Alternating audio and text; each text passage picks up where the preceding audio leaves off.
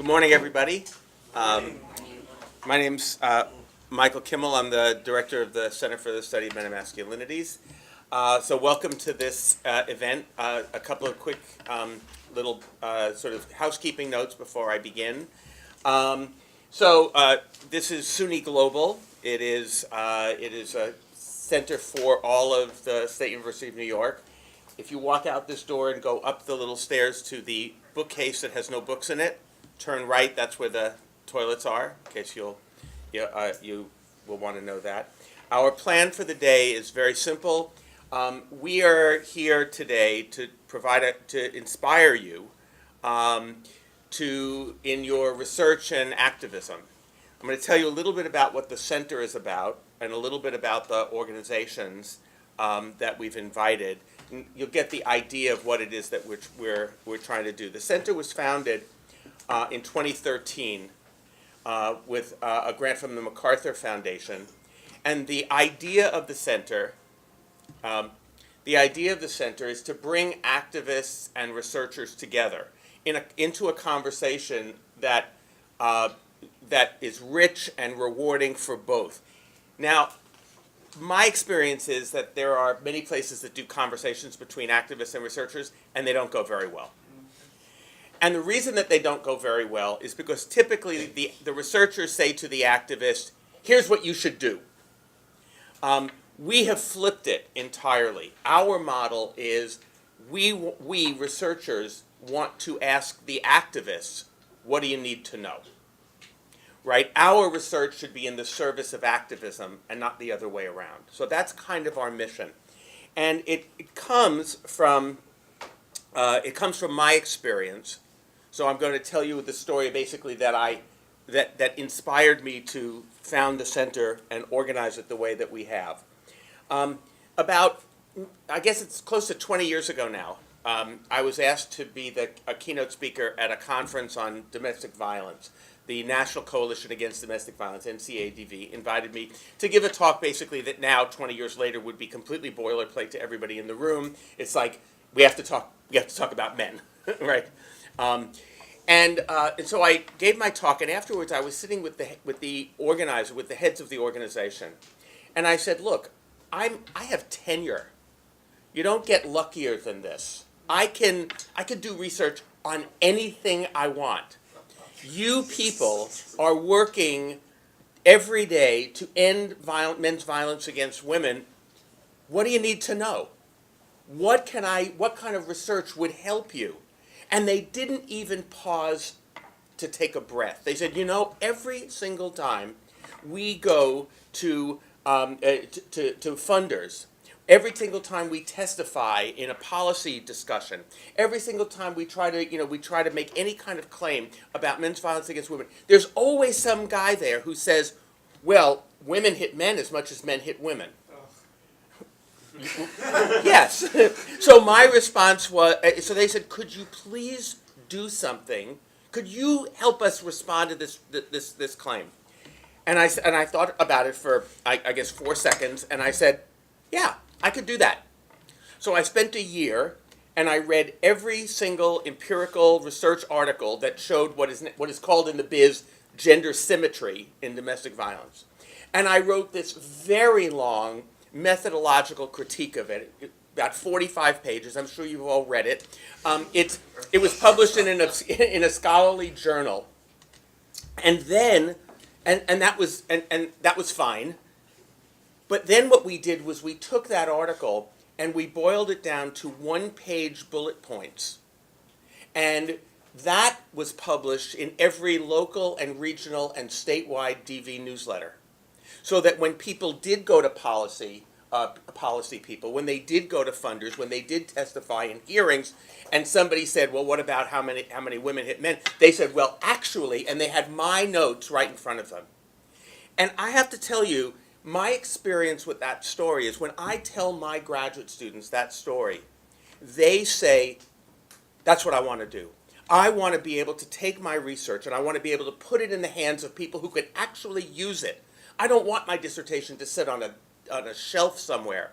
I want real people to be able to use it to do real good, to make their work better, to get better funding, to make better policy, to enlarge their activist work. So that was my experience of being inspired by activists to do research in the service of activism, and that's kind of what I mean. So that was the model, that was the vision that we presented to the MacArthur Foundation 5 years ago, and they gave us startup funding to begin this center, to create some kind of mechanism for this conversation that we're going to have today.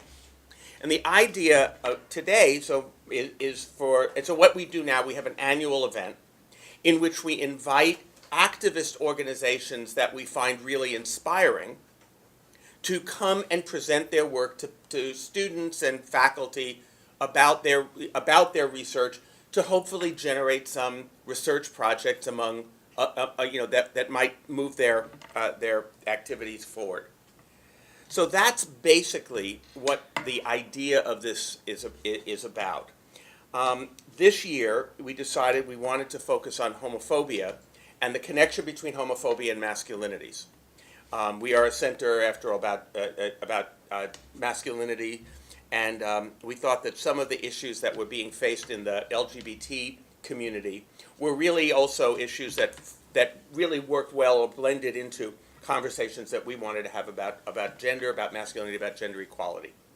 So I thought to myself, again for all of a few seconds, and I realized that there were two organizations that I knew pretty well already that inspired me. And so I invited them to come to inspire you today. One of them inspired me through inspiring my son. My son is now 18 and a first-year student in college. But last year, the beginning of last year, he was the captain of his high school soccer team here in Brooklyn. And he and one of the faculty advisors for the social justice initiatives that he was working on decided that they were going to start an athlete ally program in their school. So Zachary and his other co-captain of the soccer team went into the locker room and over the weekend and put up posters all through the boys' locker room that said things like, "Polly doesn't say that's so gay. Polly doesn't say faggot. Find another word." Just words like that. Why? To start a conversation. So after Zachary founded this group in his high school, Athlete Ally, I reached out to Hudson Taylor and I said, "Hey, we probably know a lot of people in common, and I want to introduce and I want to meet you because I think what you're doing is awesome, and I want my son to meet you because he just started an Athlete Ally." So we met with Hudson, and it turned out that Hudson was the perfect mentor for my own son, because not only was he an athlete, but he was also interested in musical theater. So's my kid. So so Zachary, we were sitting at the table talking with him, and Zachary was saying something about being the lead in the high school musical, and Hudson said, "Oh, I was too," and Zachary's eyes just got bigger and bigger, like could I be you? But then Hudson said something really special to Zach. He said, "So you started an Athlete Ally in your high school, right?" And Zachary said, "Yeah, and we have all these people, and we're doing these activities." And Hudson said, "Well, this is the first one in any high school in the country. We've done it with colleges and universities. We've done it with pro teams, but we didn't have any high school one." So Zachary, of course, now is completely enthralled. And we talked that day, and subsequently we've gotten to know the work that Athlete Ally is doing around the country and around the world, and it is really so impressive. We're going to talk about. So we've invited Hudson to talk about the work that they're doing and some of the research that they're doing as well, which is really quite impressive. But I think you'll see that we've picked two areas that are places where homophobia is so alive and so right now rich with possibilities. The other organization that we asked to come today is Scouts for Equality, and you probably all know their work has been extraordinary in this space. because the Boy Scouts had resisted. First, they resisted female scout leaders. Then they resisted female Eagle Scouts. I actually was an expert witness for a young girl. You may know her name, Katrina Yaw. Do you remember her? Katrina Yaw was this young girl, 13 years old, in Florida, and I was an expert witness in her case. She wanted to be an Eagle Scout. And the one thing that Boy Scouts said you cannot do if you're a girl is be an Eagle Scout. And her motivation was actually quite sensible. She didn't want to be an Eagle Scout because she wanted to be an Eagle Scout. She wanted to be an Eagle Scout because her professional ambition is to be an astronaut.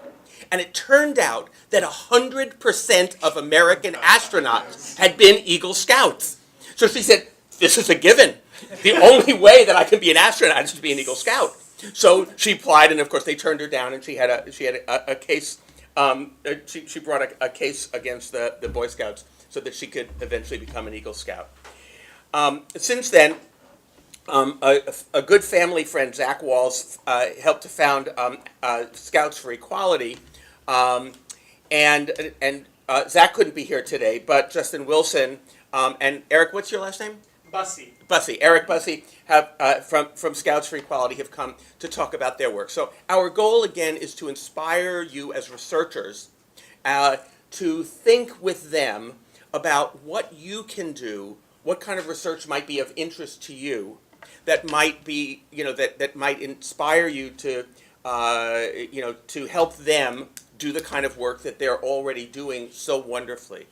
So I'm excited for that.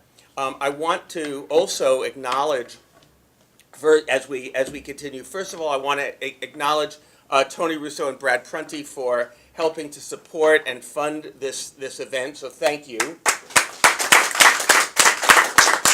We could not do this without your help. I also want to I want to introduce my staff from the center: Heidi Rademacher, Susie Walters, and Lisa Patania in the back. You will be well fed throughout the day. We have our plan for the day is very simple. Hudson from Athlete Ally, Justin and Eric from Scouts for Equality will present their projects to you, talk about what the kind of work they're doing. That will, of course, inspire all of you. Then we will break for lunch. Afterwards, they will each take a group of you that want to go in that one direction or the other and sort of brainstorm in a smaller group the kinds of research projects that basically you ask them, well, what do you need? What do you need to know? What kind of research can really help your work? Let me give you, in addition to my own experience, we are also putting out these white papers in the center. White papers are basically summaries of the empirical research on a particular topic to put in the hands of activists and researchers. So, for example, we commission these, and if there is a research summary on something, for example, about how gender equal scout groups are actually happier and function better, if there's an empirical research, wouldn't that be awesome to be able to put that in the hands of journalists, for example? So we're working with one group of men in Kenya on a white paper. These were dads in a local village in Kenya that said, we're really not okay with FGM, but we don't know what to do. We're dads. We don't really know what to do. So we're commissioning a white paper that will give them all of the available empirical evidence that shows that father involvement in girls' development is a really good thing. And then they can go to ministries, they can go to funders, they can go to NGOs and say, this is a really good thing. See, we're men and we want to be involved in our daughters' lives. This is a good thing. Or this particular one is about this particular one is about principles of accountability in men's violence work, because we're finding that as men's violence against women, on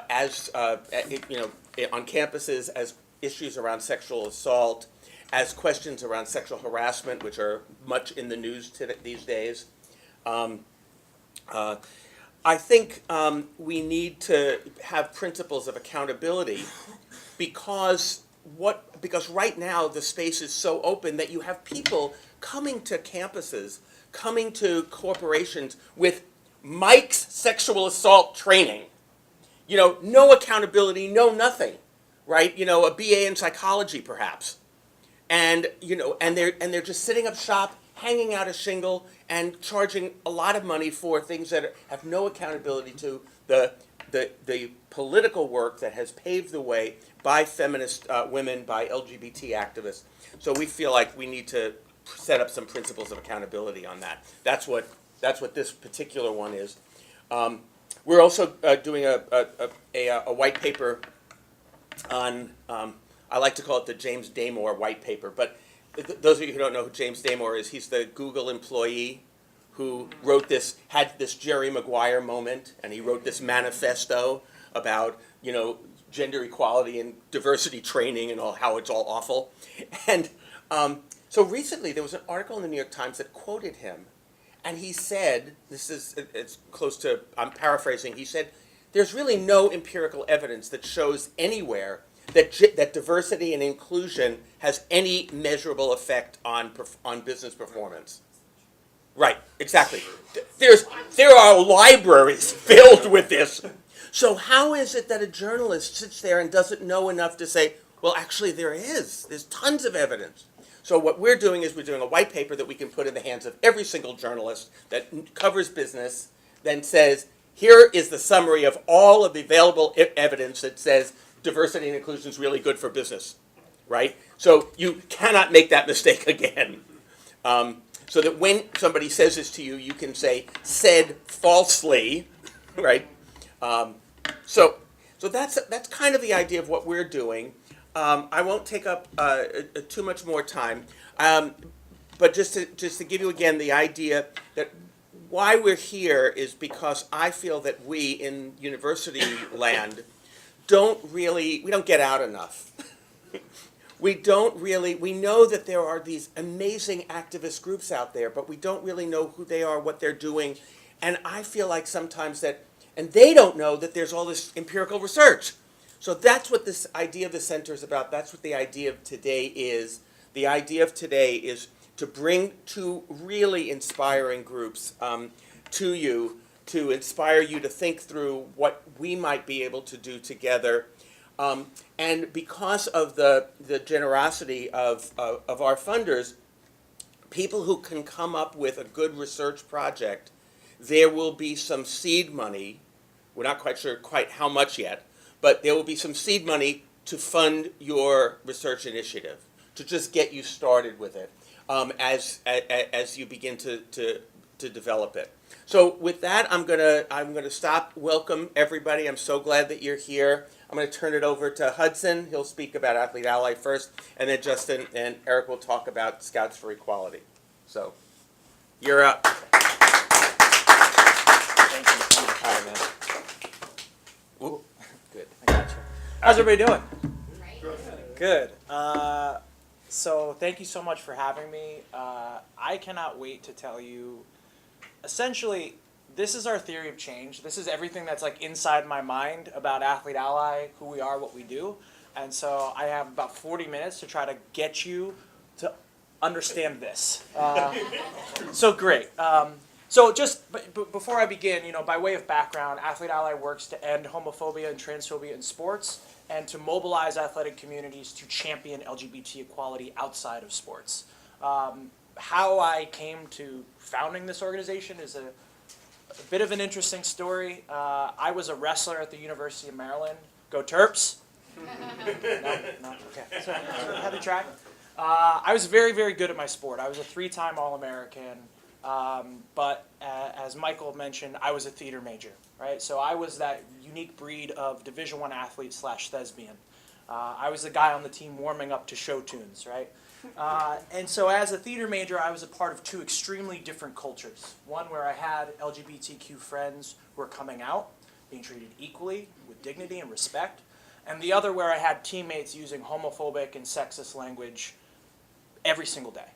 And so that juxtaposition kind of opened my eyes and made me realize, well, wait a second, like my team, our sports culture is far less inclusive than it can or should be.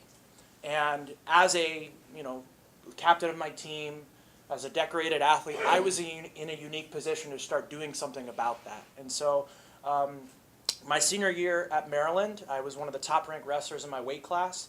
I decided to start my senior season wearing an LGBT equality sticker on my headgear. I should say, I had zero intention of starting an organization, of having this be my life's work, but that sticker literally changed everything.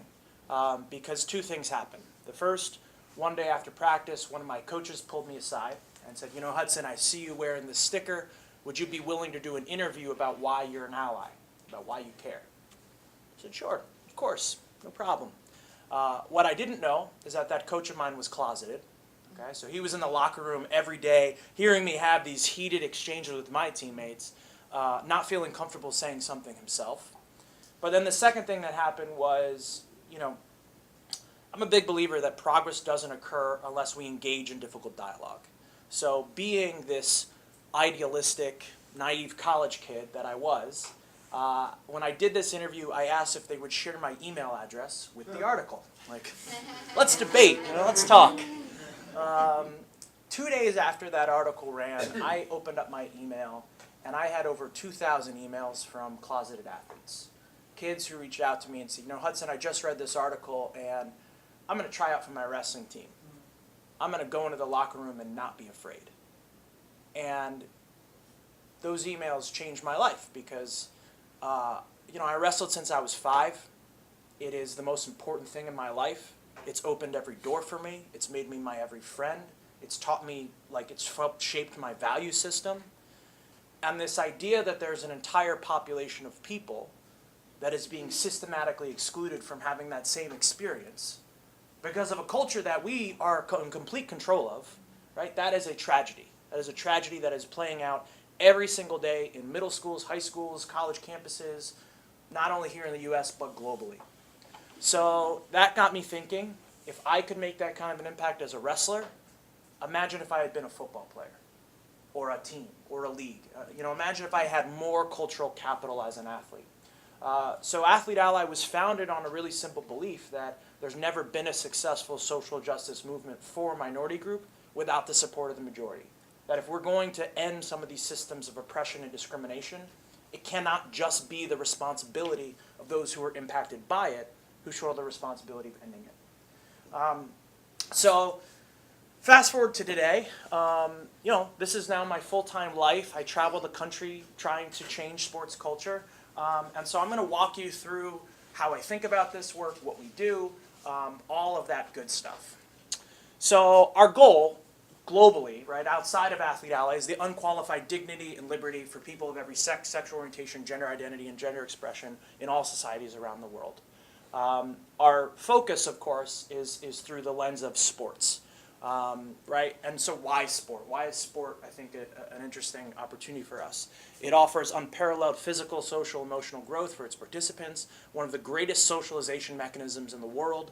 It communicates values without relying on any one language, and its most successful participants are known and respected globally, right? So the influence of sport is incredible. And just the idea that I would put in your brain is sport rule set, sport culture is completely malleable. Okay? The NBA as a league, this billion-dollar industry, is less than 100 years old. Okay? So let's imagine, what does sport look like 200 years from now? Right? What is the rule set? Who are the people playing it? Right? It can be whatever we want it to be.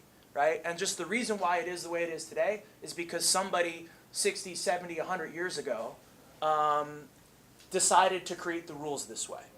Right? Decided to create the structure this way. So the things that excite me about sport is that you have this rigid, heteronormative culture, and yet we have a lot of ways in which we can shape it and form it and rethink it to be a force for good. So obviously our mission to educate and activate all members of the athletic community, to end homophobia and transphobia in sports, and to exercise their leadership to champion LGBT equality. The problem, right? Now the problem is the cultural, structural, and political bias and oppression of LGBT and gender nonconforming people. In sport, these problems, these obstacles and barriers are magnified, right? How should I say this? So when I think about Athlete Ally's theory of change, and I think about how we are going to affect this change, for me there's really two massive problem statements. The problem statement one are all the ways in which sports culture isolates and excludes and others LGBTQ, gender nonconforming people, right? And there's a lot of ways in which I'm going to get into, I think, why that occurs on a daily basis. For me, the second big problem statement is how sports culture discourages athlete activism, okay? So Colin Kaepernick not being on a team is coming from the same thinking and mentality that's keeping Michael Sam from being on a team, right? Right? There's this sports culture of keep your head down, stick to sports, don't be an individual, right? Be a part of this collective, this groupthink. And so I think we need to find solutions, A, to address the anti-LGBTQ bias, bullying, and discrimination, but then B, to make sure athlete activism is accepted and expected, right? Like, I would want every kid that gets involved in sports, that to be a part of their value system, that like they're an upstander, they're gonna speak out when they see something that's going wrong in their community or on their team. So, okay, let's look at sort of the LGBTQ sort of breakout of that. And I see there being sort of three pillars to those issues. One, lack of educators, resources, and data to address the problem. Okay. One of our issues with doing LGBTQ issues in sports is that there are still not as many out individuals as closeted individuals. Okay. So a lot of our work takes us to the coasts because that's where the environment's a little bit more inclusive, more people are out. But I still go to athletic departments all the time where they don't think they have any LGBT athletes, right? And I'll go talk to a room of coaches. How many of you have ever coached an LGBT athlete? I still have coaches who've been coaching their entire life, not raise their hand, right? So there's still this disconnect of like this understanding that the queer community is a member of the of the sports community. Some coaches see that, some coaches get that, many do not. Also, oftentimes the people who should be educated the most are almost always educated the least, right? We'll do these trainings, it's amazing, it's great. The football and basketball coach isn't there, right? So that's another big problem for us, is we're not reaching the people who need to be receiving this message. And then the other piece on education is like, there are 3,000 NCAA colleges, there's 35,000 high schools. We do not have enough people to meet the geographic needs of the problem, okay? So even if Athlete Ally is 10 times the size, we're only going to be sort of scratching the surface. So I'll get into how we're trying to think through solving that problem, but education, resources, and data is a big challenge for us. Barrier 2 is around sport policy, right? So, and I think about sports, the policies of sport are sort of the foundation of our culture, right? And if you're an LGBT athlete at a school, there may not be an LGBT inclusive non-discrimination policy, fan code of conduct. There may not be clear guidelines for trans or intersex or non-binary athletes, right? So the sport policy framework is completely patchwork, right? And that's another part of our challenges. Like in the ideal world, a kid who's at one school and transfers to another should have the same protections, no matter where they're playing sports. So we can get into a lot of that, and that's one of the things that we've been trying to address, not only here in the States, but also globally, is how do we create policy uniformity? And then the third piece of this, which I can say in a room of researchers, but I can't really talk about as comfortably in a room of athletes or people who are involved in sports, is I think sports structure teaches sexism, and sexism is homophobia is a weapon of sexism, right? The fact that we sex segregate in sports, pre-puberty, pre any competitive advantage, teaches a false narrative of male superiority, of sex and gender binaries, right? It's part of our challenge is that we're like, boys can't play with girls, girls can't play with boys shouldn't want to play with girls, and we're teaching that lesson from the moment we hand a kid a ball. right? And so I think like part of our like I think we're going to be doing the same work until we find ways to invest in more mixed gendered sporting opportunities, right? I think every time Monet Davis strikes out a young boy, you throw like a girl ceases to be an insult, right? And so you talk to kids, and as a young wrestler, the idea of losing to a girl was like the worst thing on earth, right? You lose to a girl, and like now your masculinity's been challenged. Like you better just quit the sport. You better get out. Like you've lost, right? That's part of our problem, right? And that thinking is then permeates into the hiring and firing decisions of coaches, right? How those people then grow up to be executives and CEOs, right? A lot of athletes get hired on Wall Street. Sports Center allotted 2% of its coverage to women athletics, right? In 2014, horse racing gets more coverage than women in sports. So this thinking it permeates throughout everything that sport touches, and I don't know that it's going to change until we create a system and a society where the accomplishments of male athletes and female athletes are seen as equal, right? Even if they don't say those words, that's part of our challenge, is that there's this implication that the accomplishments of female athletes are less than that of men. I could spend another long time on that, but so those are our LGBTQ barriers that we're trying to overcome. Again, I'm sure there's 1,000 other things that I could be talking about, but these are the primary things that Athlete Ally is thinking about and trying to address. On the sort of athlete activism barrier bucket, we have a couple of things. Agents, coaches, owners, and sponsors don't mitigate the perceived risks. So if you think about this, the average career of an NBA player is 3.5 years. Okay? So if there's any perception that coming out or speaking out is going to limit that amount of playing time, your ability to earn a living, you are not going to be incentivized to be your authentic self. Right? And the people who are in charge of making those decisions are not helping.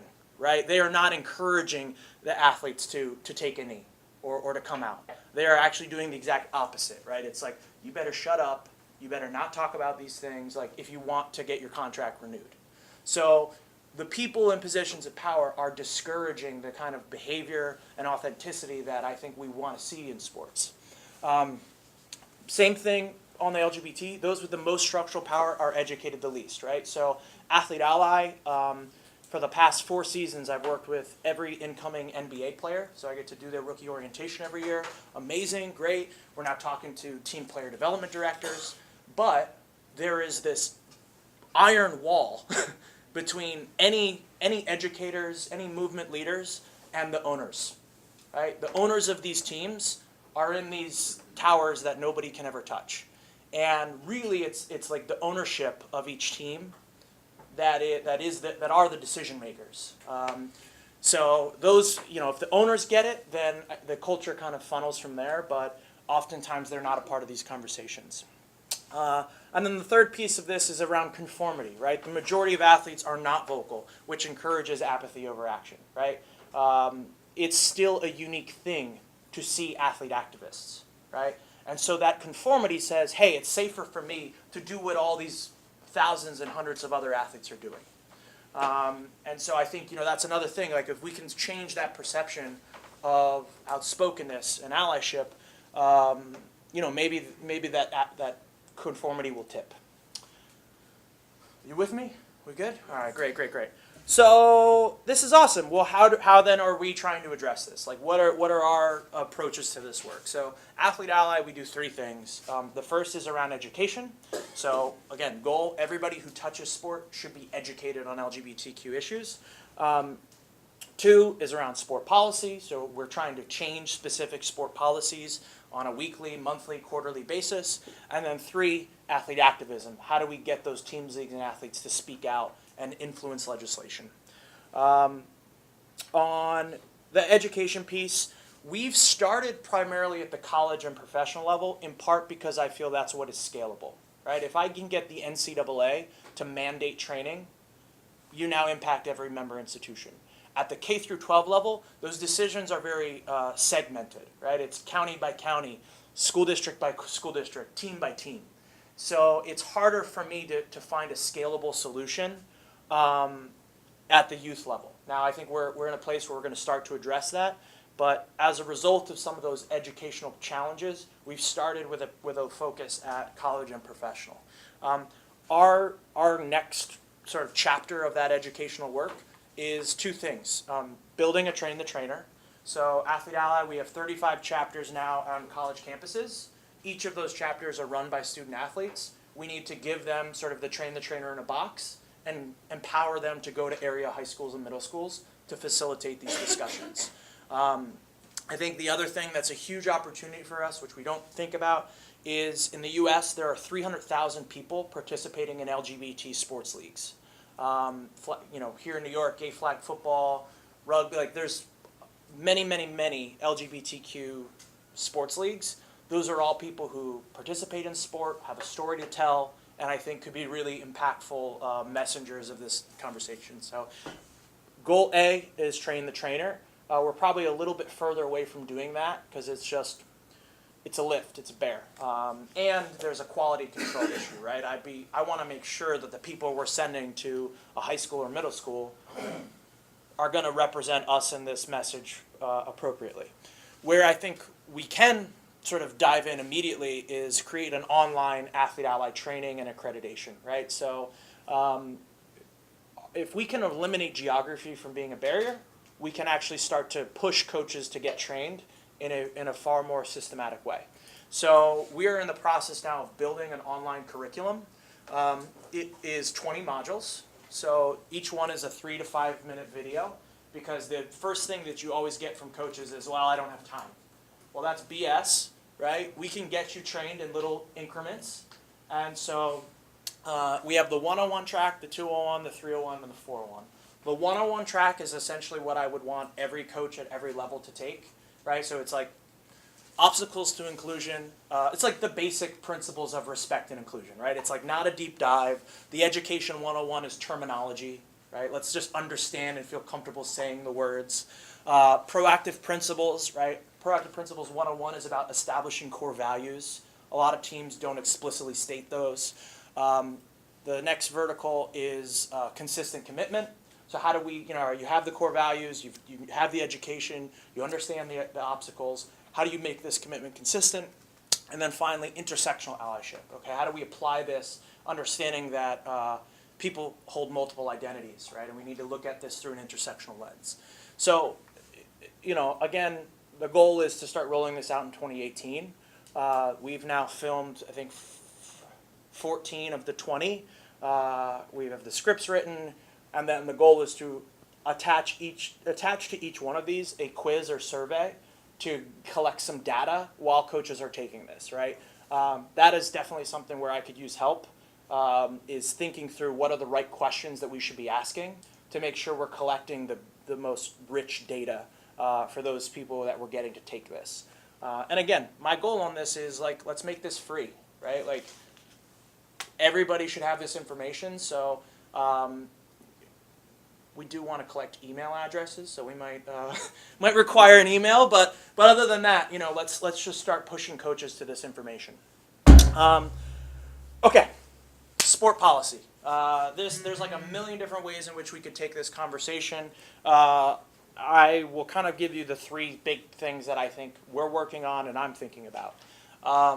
The first is what we're doing called the Athletic Equality Index.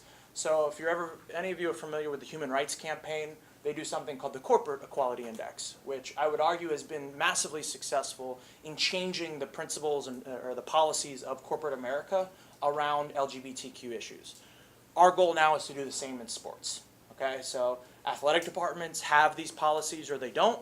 Let's make it transparent. Let's actually hold their feet to the fire and push them to adopt the best practices.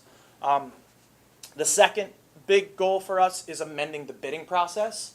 So how do we make LGBT respect and inclusion a part of where athletic events are and are not held? So Athlete Ally was the organization sort of behind the scenes working to get the NBA, NCAA, and ACC to move their games out of North Carolina over HB2.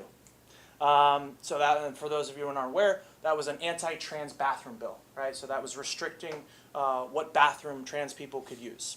So again, right, amazing step in the right direction, but HB2 was repealed. It was replaced by 142, different name, not that much better.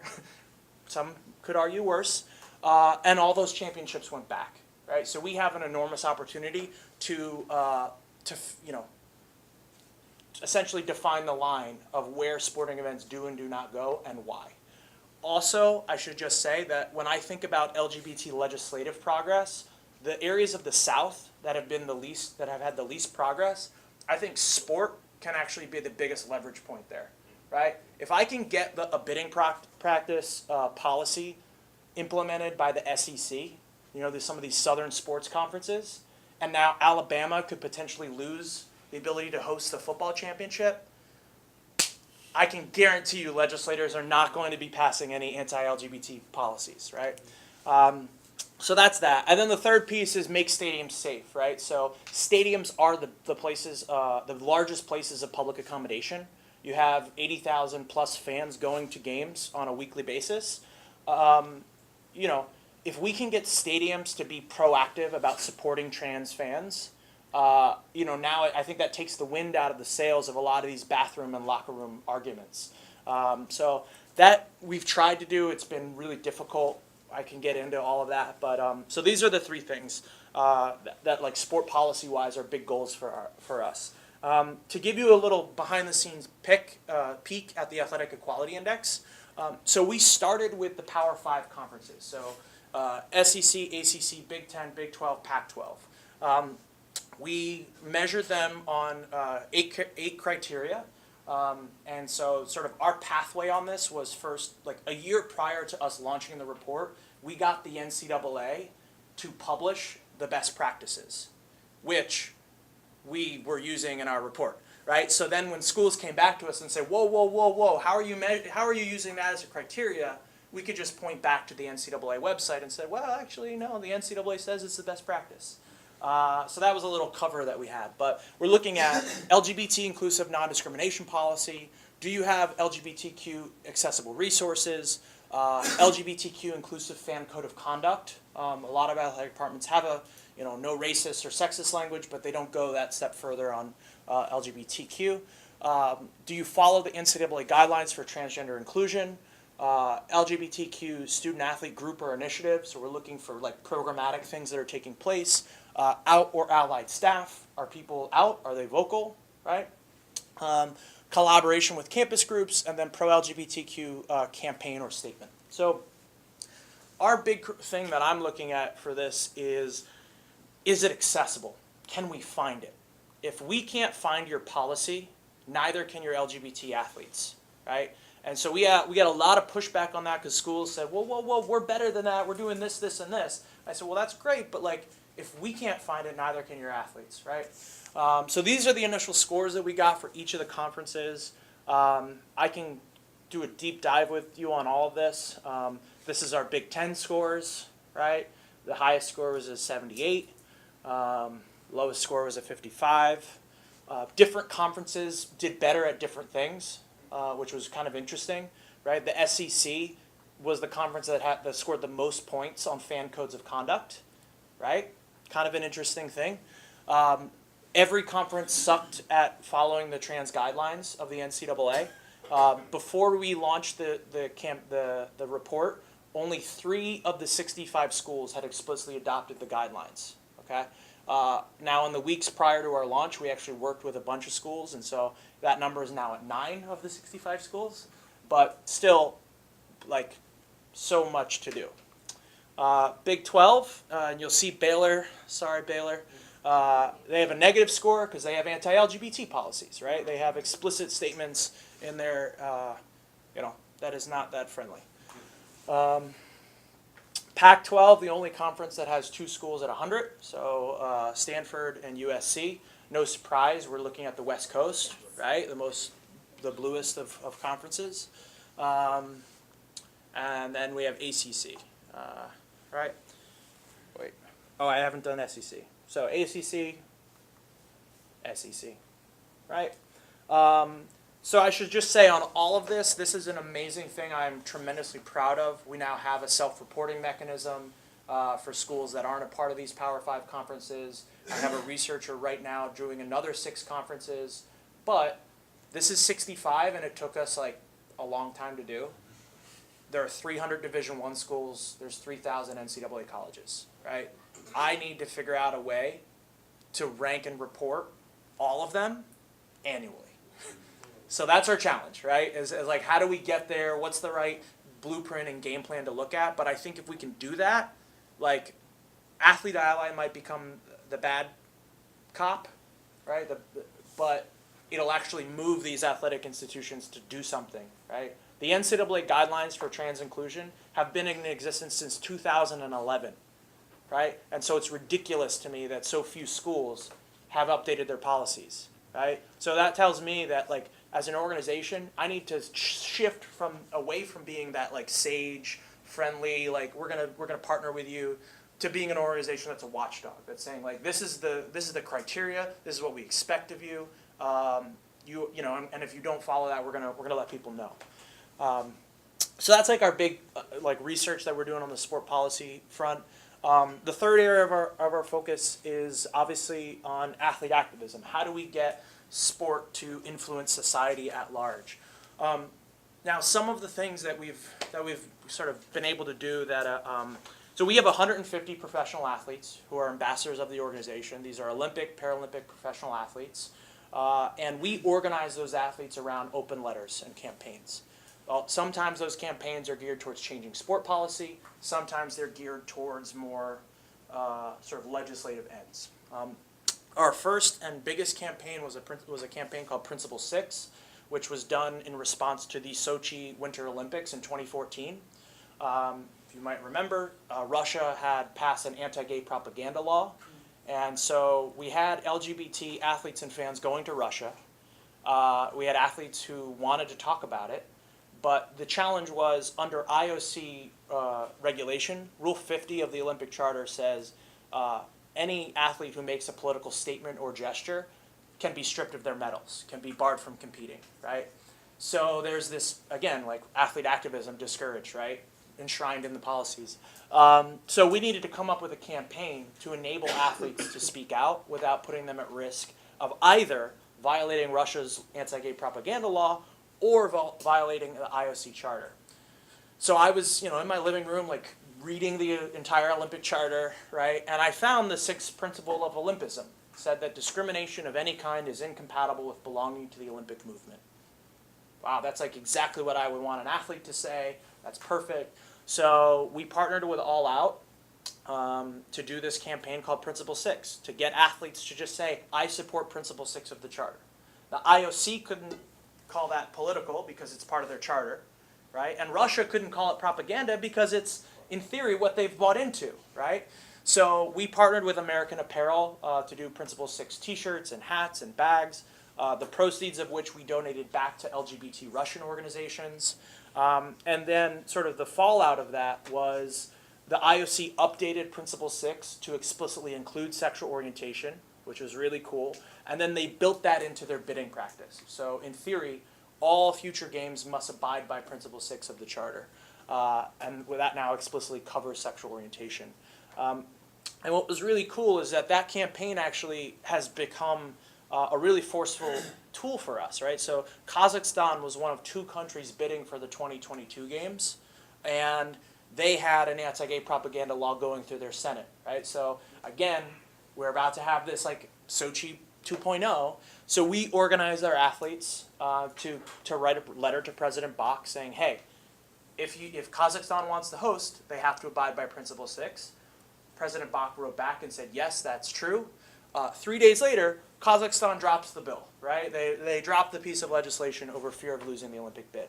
Holy crap, right? Like, so the thing that we keep coming back to is like, you have these huge institutions built on the labor of very few individuals, and if you can organize those individuals around a collective voice, they kind of have to listen, right? Like, and so Athlete Ally, like, we still don't have your A-list athletes. We just don't have the biggest household names. But like, if I can write on a press release 150 Olympic and Paralympic athletes call on the IOC to do X, somebody's going to write about it. They're not going to like it. Like it is a powerful thing. And so some of the other campaigns that we've worked on, women in FIFA. So this was an effort to increase the number of women in FIFA governance. Again, we had a whole bunch of athletes. I went to Zurich and delivered these petitions to FIFA Congress. That was successful in that we went from 6% female representation to 16%. We have a lot more work to do. Sort of this past spring, we did a big campaign to overturn FIBA, the International Basketball Federation. They had a ban on hijabs. So Muslim girls and women couldn't play their sport while observing their faith. So again, we organized our athletes to call on FIBA to change that policy. And a lot of ways in which I think about this is athlete ally. Like as an ally organization, yes, our mission and vision is around LGBTQ equality, but if we're not helping other people who are being discriminated against, then we can't expect them to help us, right? And so there should be this culture of allyship throughout all forms of athlete activism that I think it really still doesn't exist, right? I mean, even if you think about the athletes who have been taking a knee, up until relatively recently, it was almost entirely athletes of color, right? So there are still, even in these massive moments of activism, there's still little allyship in that activism. Same thing with the athletes fighting for equal pay, right? The female athletes fighting for equal pay, virtual silence from men, right? So we still have this sort of crisis of allyship throughout all this. And then finally, just, I mentioned the North Carolina, the moving of the championships, and this is where I think our next big goal is, right, is define the line. So what we've done is we've looked at all 600 championships from now until 2022. So the NCAA has awarded them, right, to all these different states and cities. We have paired each championship with the municipality index score of the host, okay? So now we say, okay, well, all right, NCAA, you say that you want to have an inclusive environment. What does that look like? Well, in some places it's not that inclusive, right? And so this is the average MEI score per division across the board. Now, the municipality index score is looking at things that we may not ultimately want to be a part of a criteria, right? So, for instance, the relationship with police officers and the LGBTQ community. Like, is that something that should be a part of the criteria in determining where a championship is held? Maybe, maybe not, but we have to these are some of the tough decisions that we need to come up with to define the line. And then we've looked at, okay, all of the championships per state. I have massive pages on this. This is something that I could also really use help with, right, is figuring out this campaign of how we define the line confidentially. I'm helping work with the 2026 World Cup bid here in the U.S., so CONCACAF, and we're trying to integrate some of these principles into the World Cup bid, right? And so the goal on all of this is the line should be the same across all sports, right? The standard should be the same, and if we can get that to be the case, then we're money. So that's it for me. We have to make this education scalable. We have to rank and report sports communities. We have to connect these principles to practices. And then we have to continue finding the unlikely allies, right? I still have a real challenge with that. Most of the people who engage are politically left of left, right? So I need more conservative voices, I think, to step forward, right? I think that as much as it's been wonderful to work with all these athletes, I need NASCAR drivers. I need outspoken athletes of faith, right? We need people to sort of start to chip away at the assumption of who is supportive of LGBTQ equality. That's it. Go team. Yeah. So,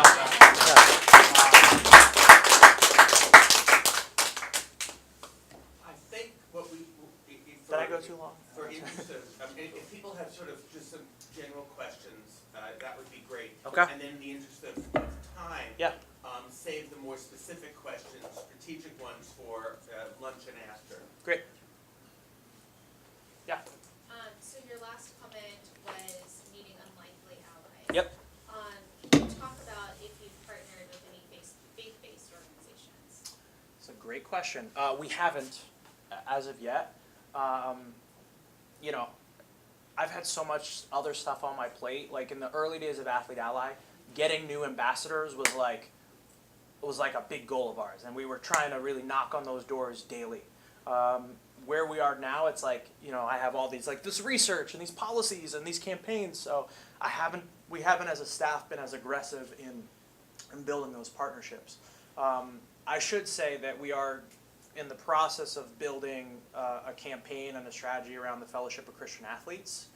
They're another huge institution that has anti-LGBT policies, which I'm very excited to hear how it's all gone for Scouts for Equality, because what you all did in the Boy Scouts is in theory what we can be doing with Fellowship of Christian Athletes. But to answer your question, not as much as we could or should. Yeah. So I was asking you, do you, I mean, for researchers and activists, this is an interesting discussion, you know, it's sort of more of a collegiate discussion, but like, for instance, when you talk about partner high schools, are you presenting all of this information directly to those high school athletes and to those kids who need to hear all this stuff in some way that's palatable to them?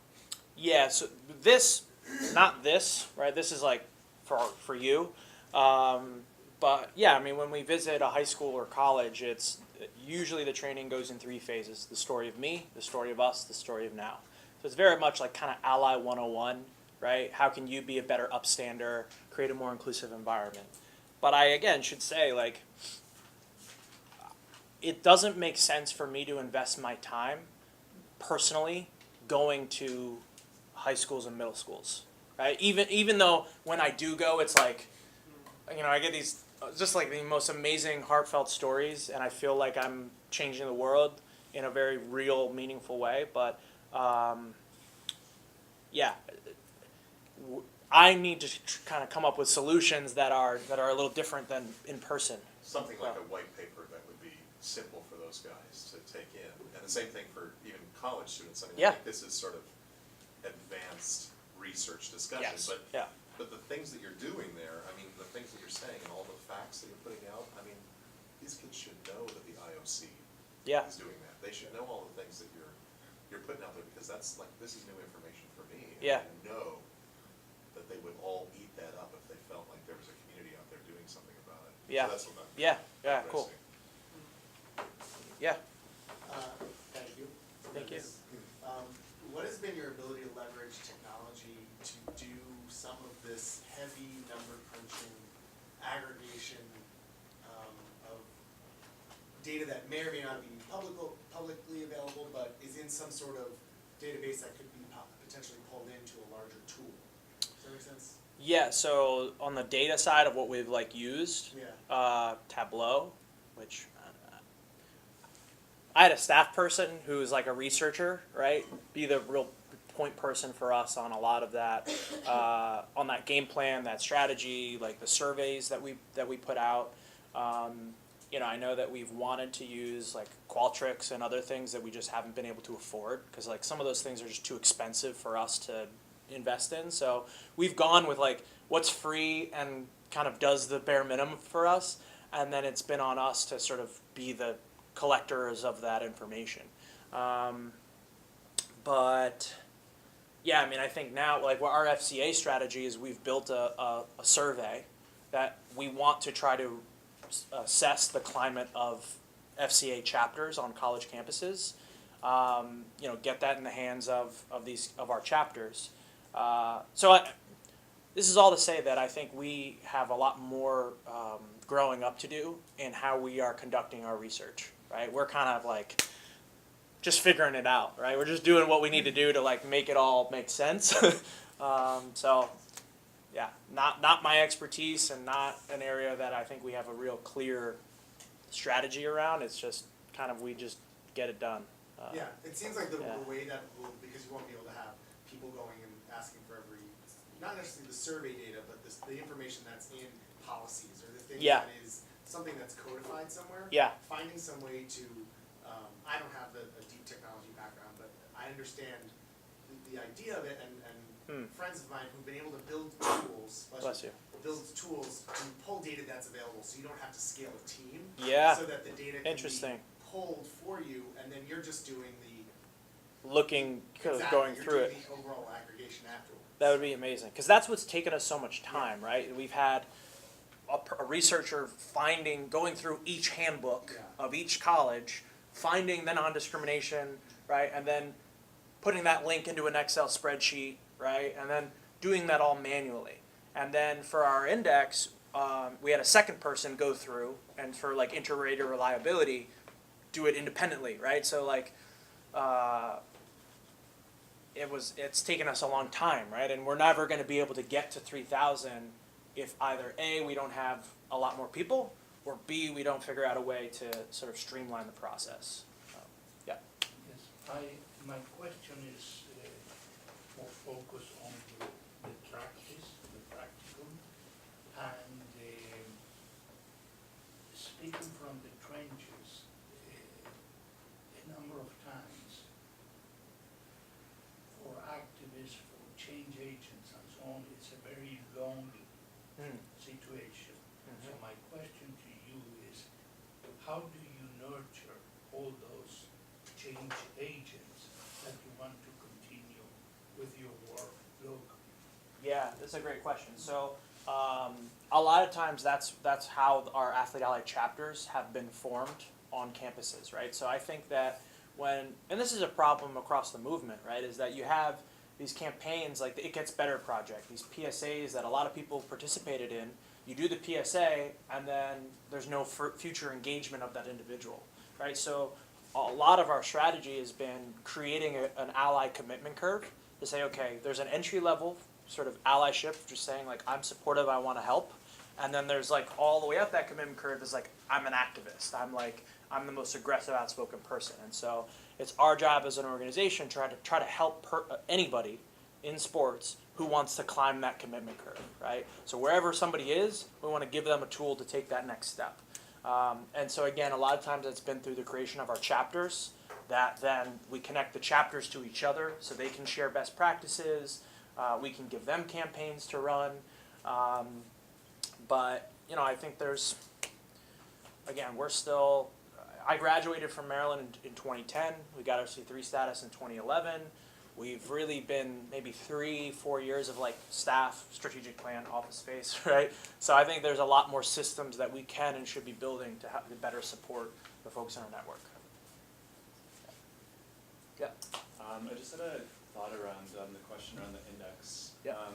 Because I really like what the corporate equality index seems to have done as well. I don't know like the whole story of the buy-in and stuff, but I think from what I've looked at, they get companies to like self-report on their policies. So that They do now. Oh, okay. So Yeah. do they start in the same way, collecting? Yeah. So one of our founding board members was Joe Salmonese, who was the former president of HRC. And he, was like, look, when the first year that we did the CEI, they only had 9 companies, Okay. right? And part because when you create an index, if people aren't getting 100 on that index, they really don't want to self-report, right?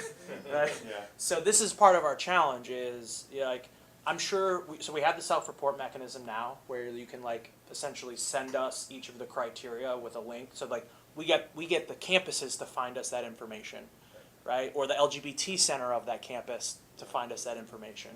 But I assume that even under that self-reporting mechanism, we're going to get a lot more liberal arts colleges than we are, more conservative communities. Yeah.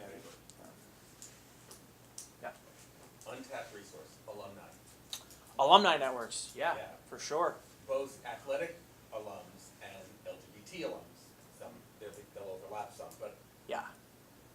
they can be mobilized and everybody, and every university development office knows who they are and knows how to get in touch with them. Yes.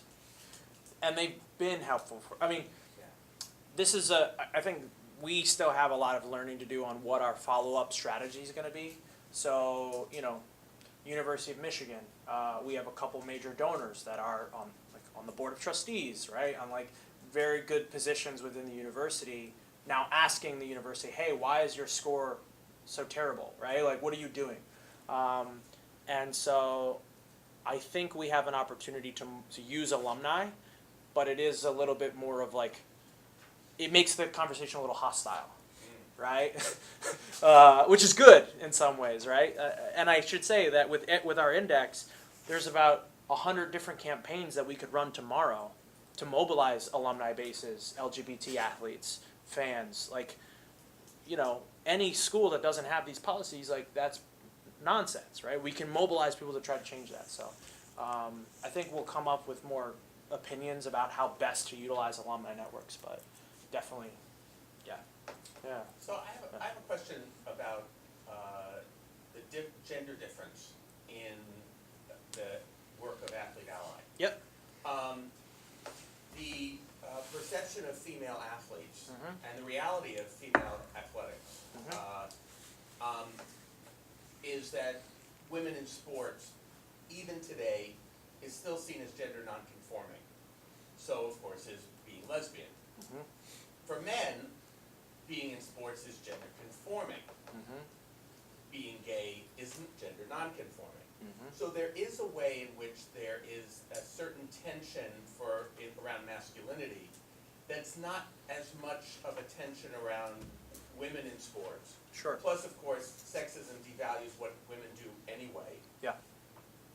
So it seems to, I mean, I just want you to sort of riff on this, Hudson. I don't really have a, I can riff. yeah. I can riff for you. No, Yeah. because I think that, I mean, you know, our center is a center that sort of looks at the ways in which gender, sexuality, race, all are Yeah. intersecting. So I'm curious to hear how that works out for you in the sports arena. So, athletic institutions go to great lengths in women's sports to feminize female athletes, and male sports to masculinize male athletes, right? And so we see this in, you know, in gymnastics. Women compete to music on the floor, the men do not. Same thing, right? Different sort of rule sets, or different, I don't know what you call it. We still see, you know, female athletes getting pushed to wear skirts, right? Or makeup. As Or in makeup, soccer. right? Or ponytails, right? Like, so there's a lot of ways in which the gender expression of female athletes is policed. And, you know, the history of the Olympic movement has been filled with gender testing for female athletes, right? We're still seeing this, the policing of femininity happening all the time, in some subtle ways and some very non-subtle ways. You know, I think the challenge for us in this work is like, so the couple like things that I've seen, I think the athletes who have come out have been in non-contact sports, right? And so there's the physical intimacy of athletics is a factor in all of this, both on the men's and women's side. I think the other piece is, while there is a certain environment in which more lesbian athletes have come out, and maybe it's easier to come out, the flip side of that is that the coaching closet is extremely deep, right? And so and this is, you know, Title IX kind of issues now, right? We've seen a lot of female coaches not get their contracts renewed, you know, happen to be lesbian, right? So there's negative recruiting is, I think, a big part of how homophobia continues to operate in women's athletics. So essentially, you know, negative recruiting is where you sort of imply that an athlete shouldn't go to another college because that coaching staff is lesbian, right? And they say that in all sorts of interesting coded ways. One of my favorite things to do when I visit a school is to look at the bios of coaches before I visit, right? And every coach has at the bottom a personal about their bio. And Maryland women's basketball coach, her personal said, you know, and Brenda continues her winning success off the court with her husband and 3 kids, right? And I was like, oh, that's weird, like, you know. And then the LGBT coaches say, you know, coach like has dog, right? There's like this blatant lack of information about their personal life.